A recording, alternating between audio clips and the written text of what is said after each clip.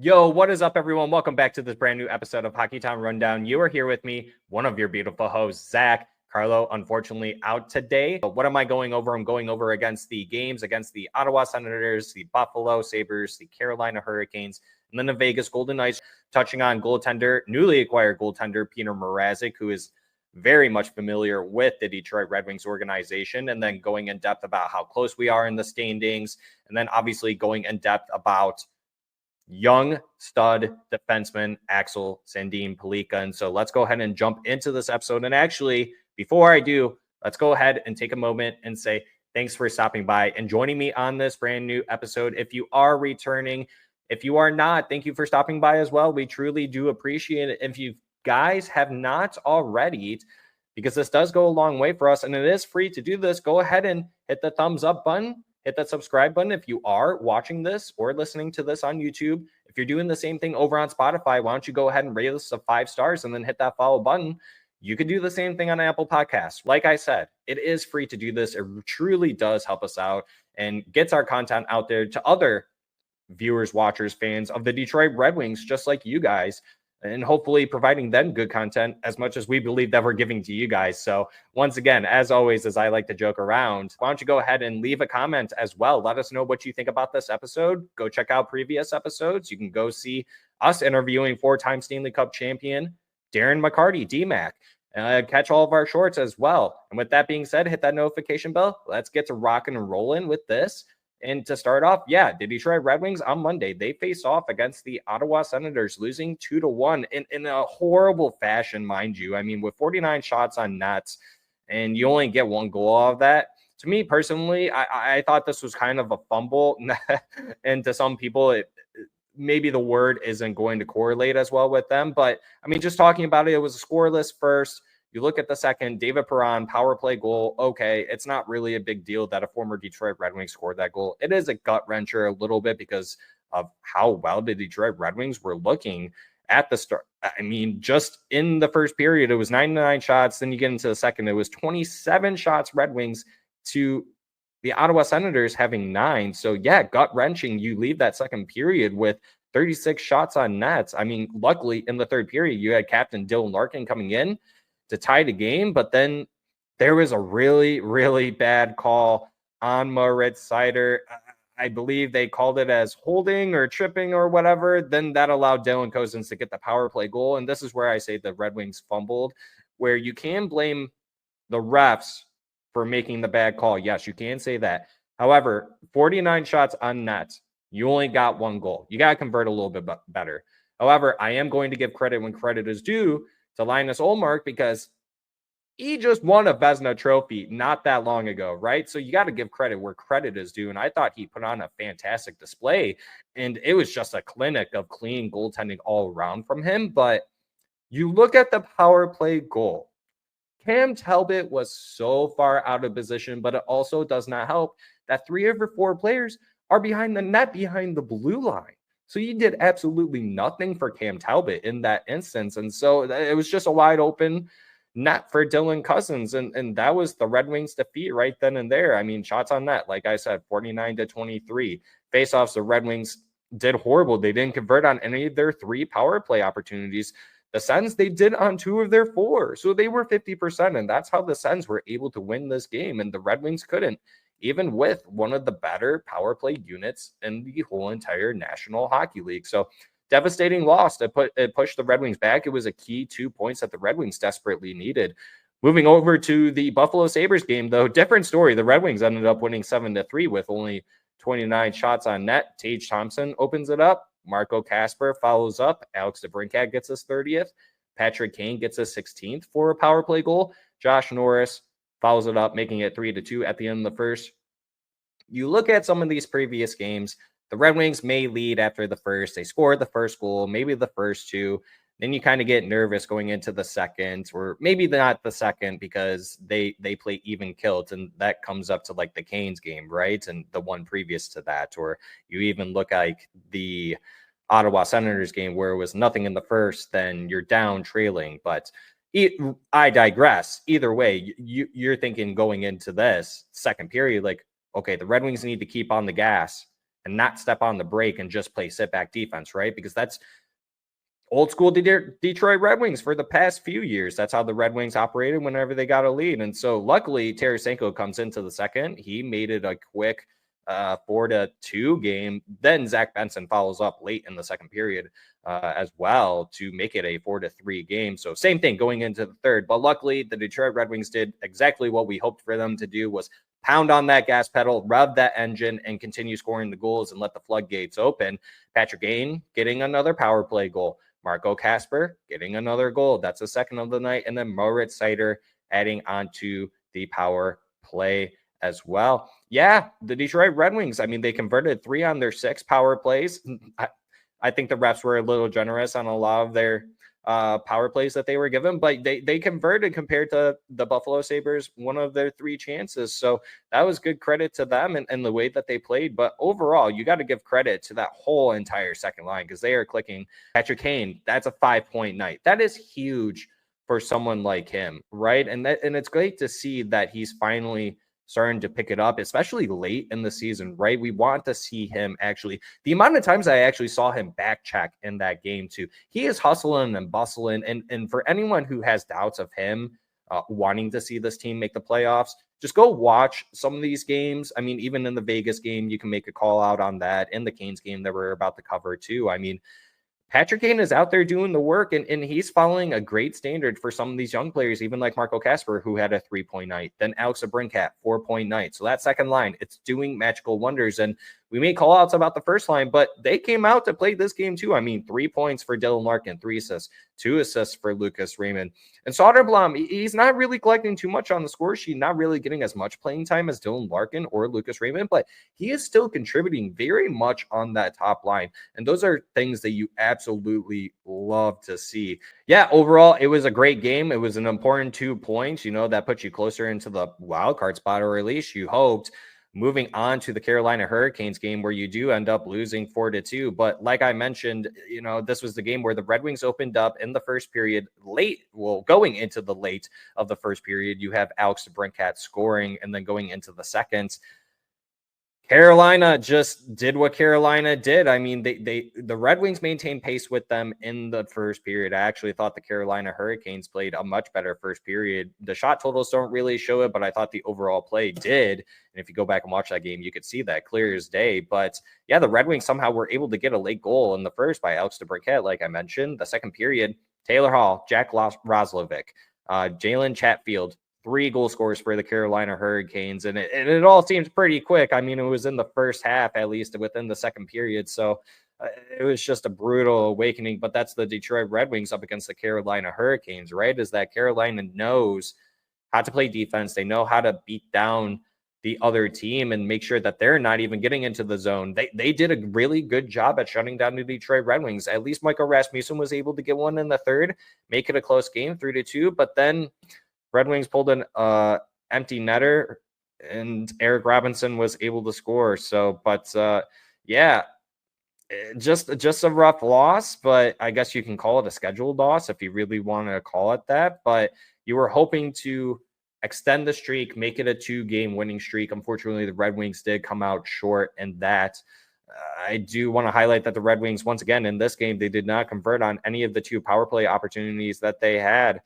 They were laying a lot of hits. They had a lot of block shots, but unfortunately, Carolina was just able to get it out of them. I don't want to put too much blame on Petr Mrazek because I actually don't think that it's his fault. I mean, he had a .903 save percentage. He stopped 28 of 31 shots against him. He did play in the Buffalo game as well, and I will talk in depth about him after this Vegas Golden Knights game, which we're actually about to go into. But yeah, just an all-around good effort game. I mean, it was scoreless in the first. It was very much a back-and-forth kind of game. I thought Vegas actually looked better at the start than the Detroit Red Wings.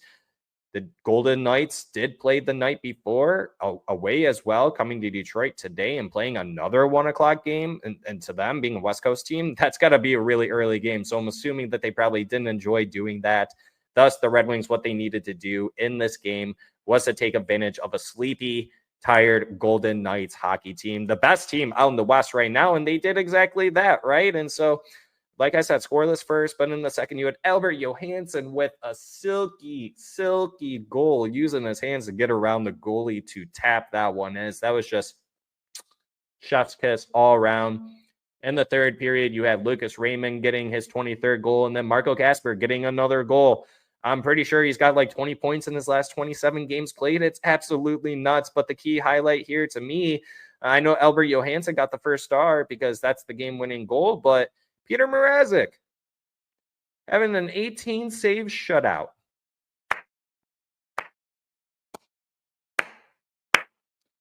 You know, I just wanted to take a second to talk about Petr Mrazek because I think we have to give credit where credit is due, where, yes, I do believe that the team did support him in this, but he has looked nothing but sharp for his Detroit Red Wings team, right? For the 3 starts that he has started with the Detroit Red Wings, obviously you could see there with the Buffalo Sabres, getting that 7-3 win, 885 save percentage.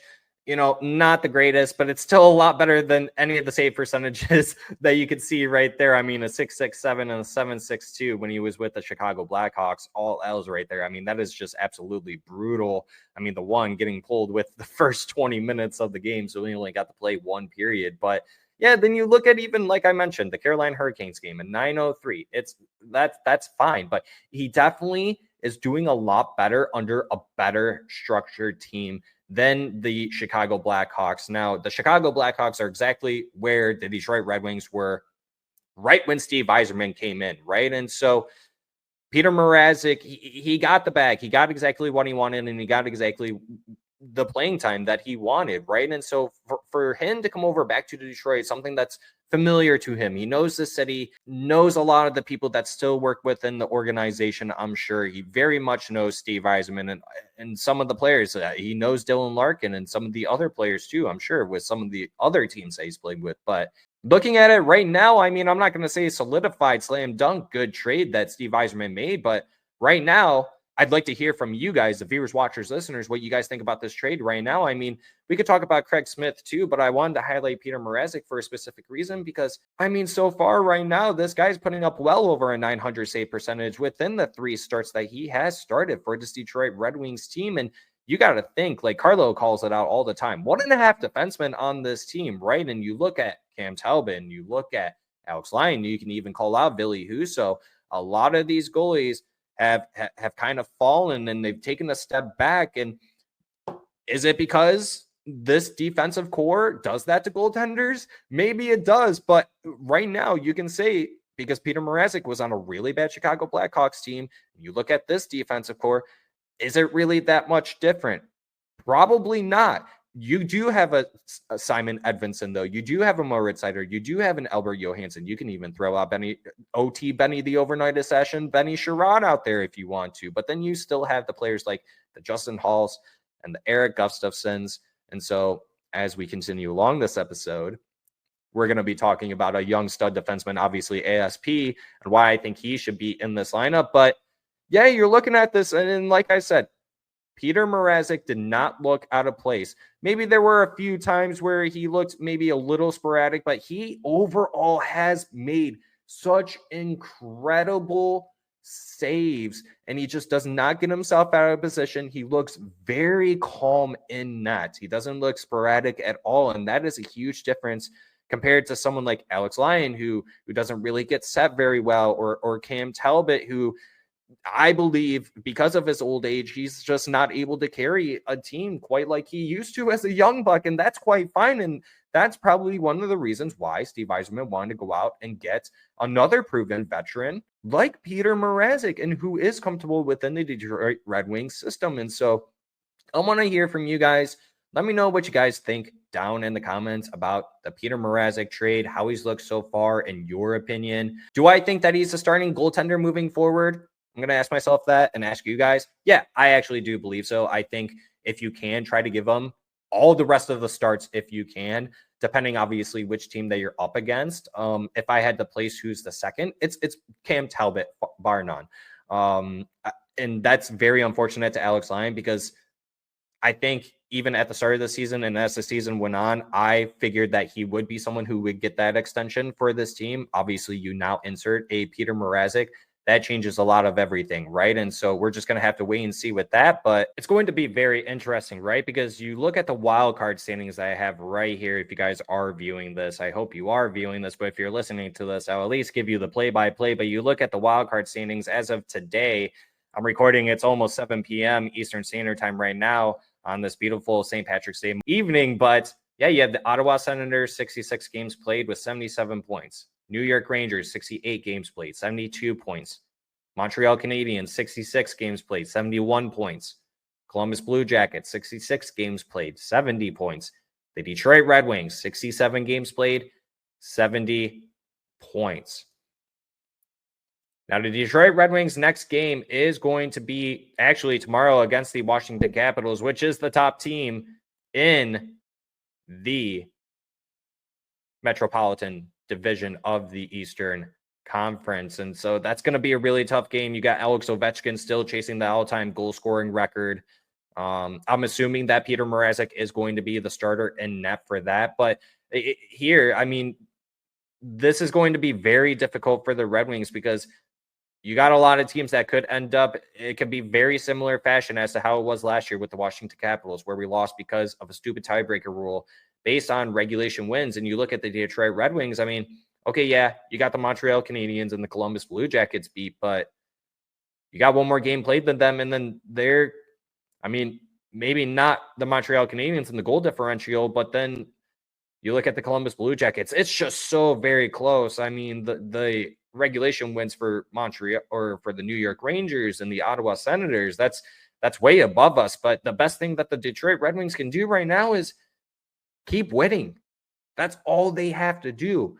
And that's why I asked that question. Should Petr Mrazek be the starting goaltender moving forward for this team? I mean, you're going up a tough Washington Capitals team. At least the Detroit Red Wings then will get a 3-day break, but they got to go out west to play against the top West Coast team that they just played against, the Vegas Golden Knights, in their home turf. Luckily, it's the first game that they have to play against them. Then you get another day break. You then play against the Utah Hockey Club once again. Then you go against back-to-back nights, against the Colorado Avalanche. Then you got the Ottawa Senators again. Then you got the Boston Bruins, right? It's just a very tough stretch right here. And so, yeah, going back to the question, Petr Mrazek, all-time starting goaltender for the rest of the season for the Detroit Red Wings. I actually want to shift focus to a super young stud defenseman that the Detroit Red Wings had the pleasure of drafting in the 2023 NHL draft with the 17th overall pick. None other than right-handed shooting defenseman playing over in the Swedish Hockey League for Skellefteå AIK, Axel Sandin Pellikka. Once again, I am sharing my screen for those that are not viewing. But yeah, here you got Axel Sandin Pellikka in his last 10 games. The season is officially over. They are getting ready to go into the playoffs. But in his last 10 games, he had 2 goals, 2 assists for 4 points. In his last 5, 1 goal, 2 assists for 3 points. He is 5'11", 185 pounds, shoots right. He is 20 years old and actually just broke the all-time record for goals for a U20 defenseman in the SHL for 12 goals, and then came in second in the league for U20 defenseman all-time in points with 29 points.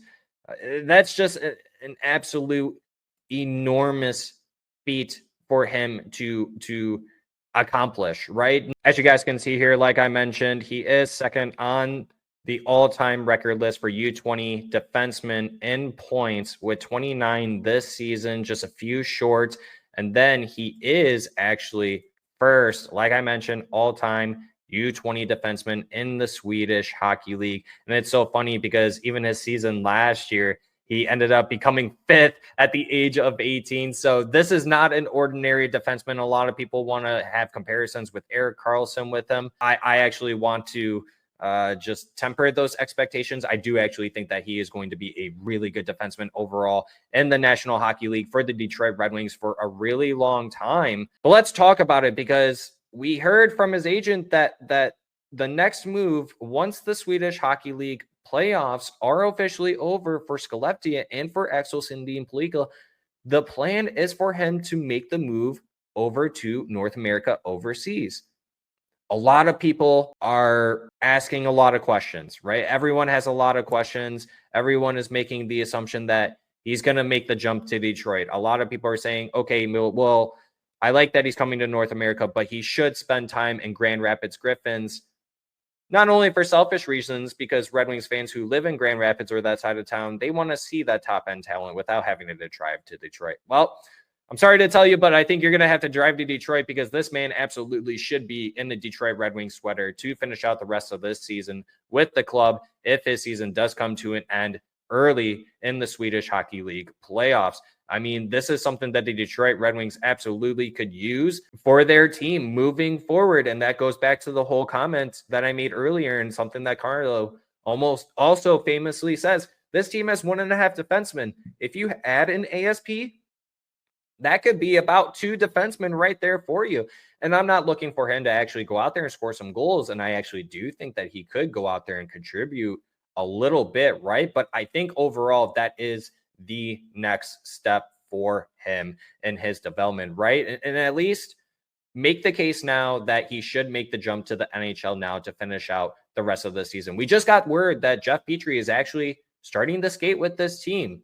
Jeff Petrie has been out for quite some time with a nagging injury. And I don't think the Detroit Red Wings this late in the season, while they're making a push for the playoffs, want to insert a somewhat healthy Jeff Petrie, an old age Jeff Petrie, whose father is Dan Petrie, former Detroit Tigers legend, right? You guys have all heard the story. I'm heard. Let me know if you have down in the comments. But yeah, I want to hear from you guys what you guys think about the call out for Axel Sandin Pellikka to make the jump to Detroit right away, because I'm a truther. I'm a believer that if he was to join this team right now, he could contribute. He could be a factor. And I do believe that this would be a benefit to this team. Now, the only issue with that is, and if you haven't seen this last episode, go ahead and check that out, that maybe with all these young players that we have already on this team inserted, we can see the progress of the season, the late toll that the season has. An 82 full game season for some of these young guys could be catching up with them. Now, granted, what does that mean for ASP? Not as much, because he only had to play a 46 game season.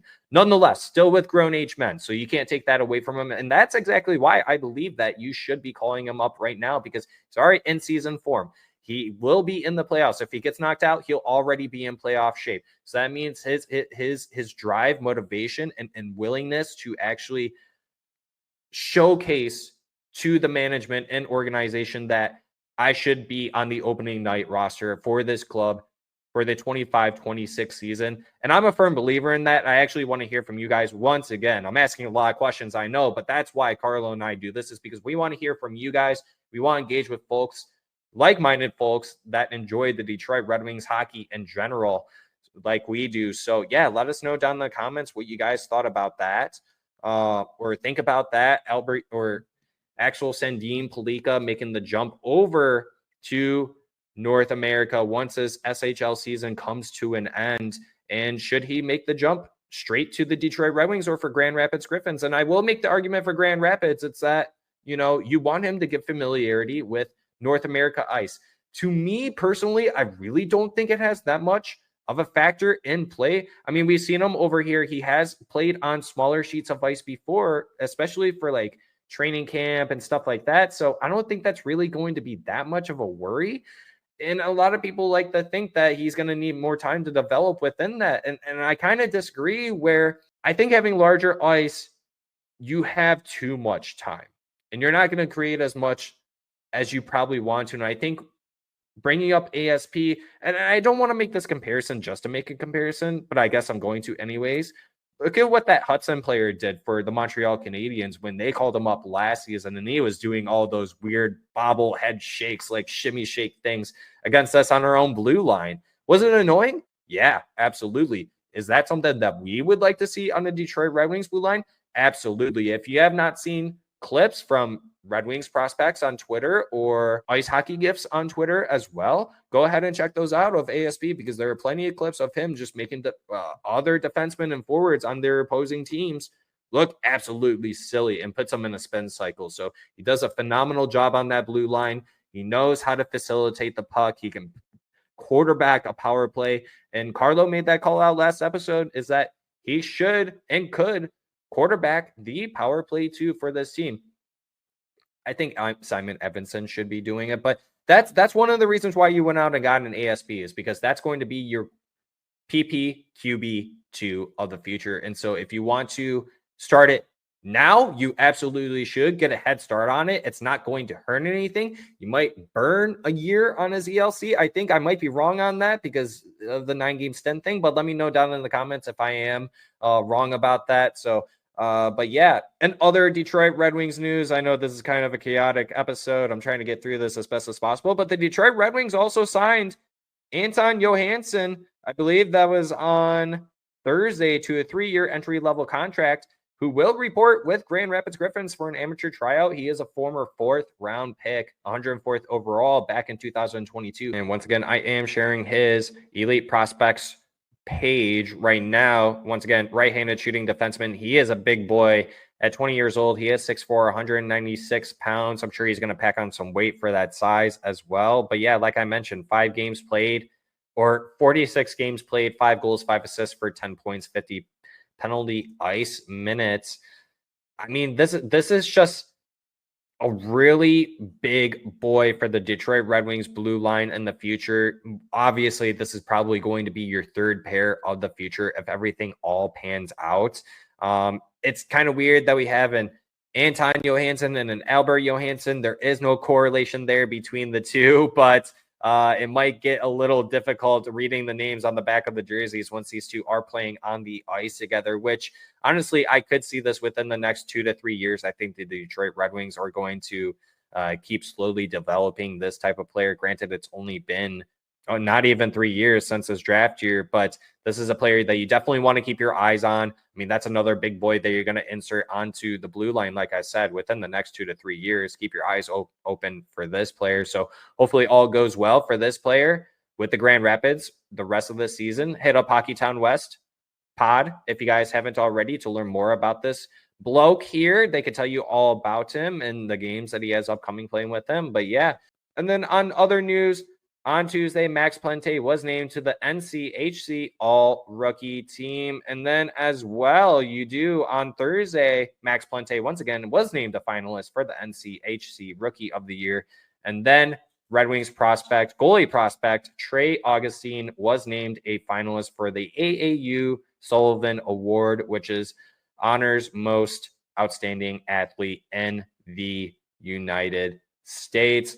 I did look at some of the people who were selected in the past. Not very many hockey players get selected for that. I believe the last 2 years it was Caitlin Clark. I could be wrong, but if you guys want to go ahead and check out that history, it is pretty cool to see some of the former athletes where they are today based on where they were back way when they were selected for the award. So it's always cool to see that type of history playing out. But yeah, I think that's going to do it for this episode. And just briefly recap: Detroit Red Wings against the Senators on Monday.